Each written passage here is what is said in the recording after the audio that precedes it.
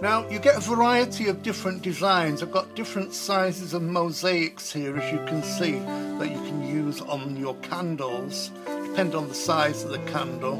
Now I've also got this one, which has got the fish already on it, and you can trim this to the size of the candle that you want. This is a pillar candle. That's the one that we're going to use.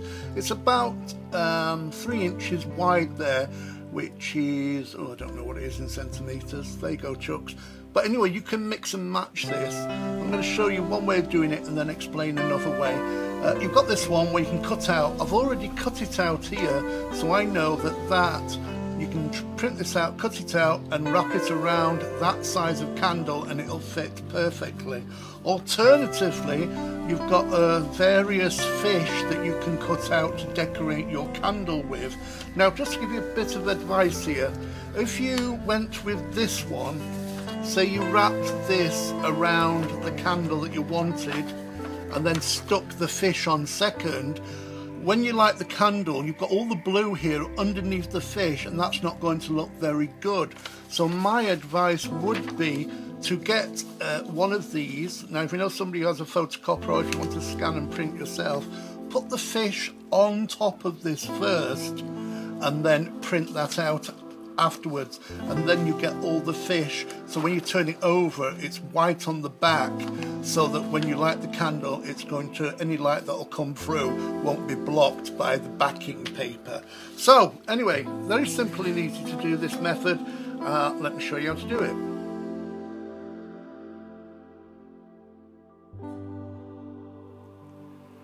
Now I've cut out the piece of paper that I'm going to use to wrap around the candle, and I know it's the exact size there, just a slight overlap to go on there. Now there's two ways you can do this. You can either put your glue onto the candle and wrap it round, or you can do what I'm going to do now, just almost like wallpapering.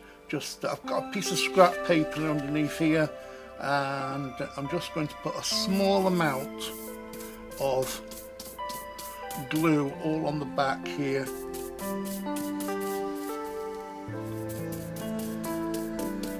Don't have too much, otherwise it will wrinkle.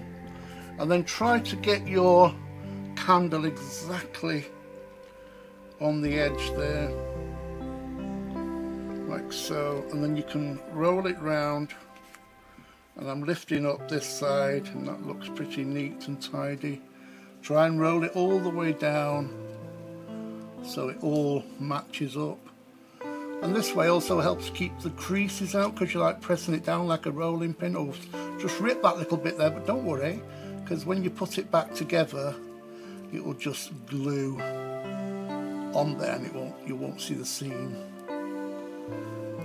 There you go, that's wrapped around there. Now I'll just tidy that little bit up at the back there. See, it's not too bad. I just need to stick it down.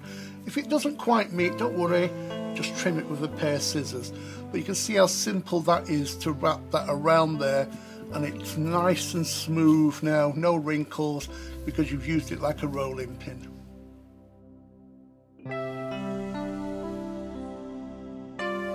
And just to prove it, there's the little bit there where it ripped, and all I've done is just stuck them together there. As you can see, it just slightly overlaps. All you've got to do is take a pair of scissors and just trim that along there so it looks quite good. I'll trim this up as well.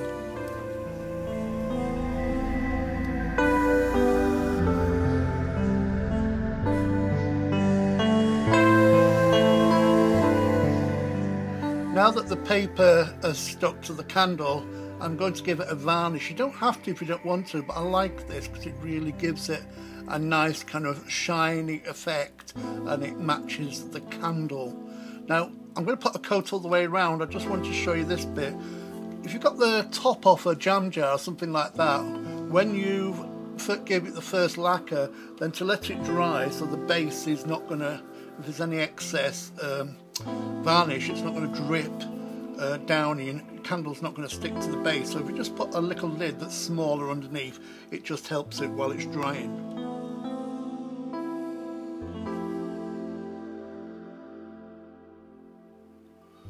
Now when you've lit the candle and you leave it for half an hour, you can see the molten wax here in the top is forming a little crater, a hole. As that melts the wax, you want to pour that away. We're going to create a hole so we can put an alternative light in there. So just tip out the excess wax and just let that carry on burning. Just keep repeating that until you've got the sufficient size hole for your candle, night light or battery operated light to go into.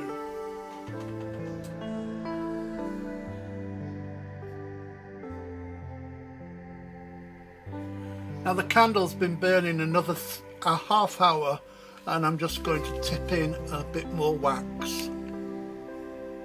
And you can see that the hole here is getting bigger. What you're aiming for is, if you're going to put night lights in there, you want to have this size.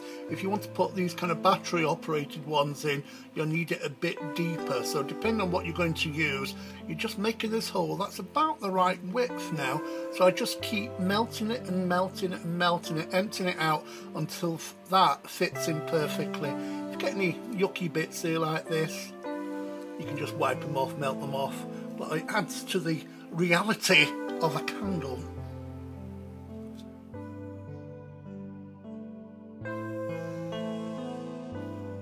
Now I've emptied the liquid wax out of the candle about 3 or 4 times now. This, I think, is the last time. Now I just want to explain something.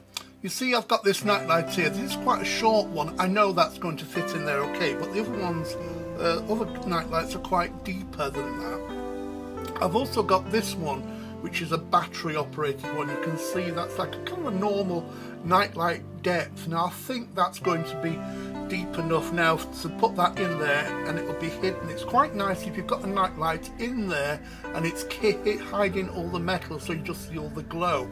So what you have to do now is pour the wax out and then just leave it solidify. Just let the wax go soft but not totally hard, because then what I'm going to do is press this one down into it so you get a little bit of a mold effect, so they're going to fit in perfectly.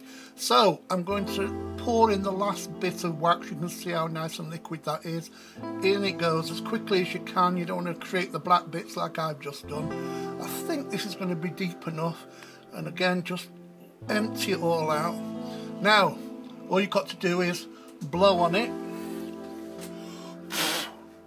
Now just leave that for a minute or two. Wait until all the wax has started solidifying. You don't want any liquid in there. Now you also want to be quite sure it's deep enough for you, because once you push that wick down, then it may be difficult for you to unembed it from the mold, from the hard wax. So just leave that a moment or two, and then we'll attempt to try and form by putting this in. Now that's just dried for a minute. As you can see in there, it's not liquid anymore, but it's still soft. I'm taking this night light and I'm using this to press down and just get a nice flat bottom.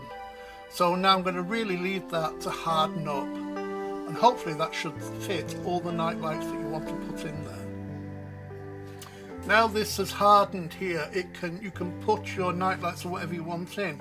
Got a night light here, let's check that it does fit properly. Yes.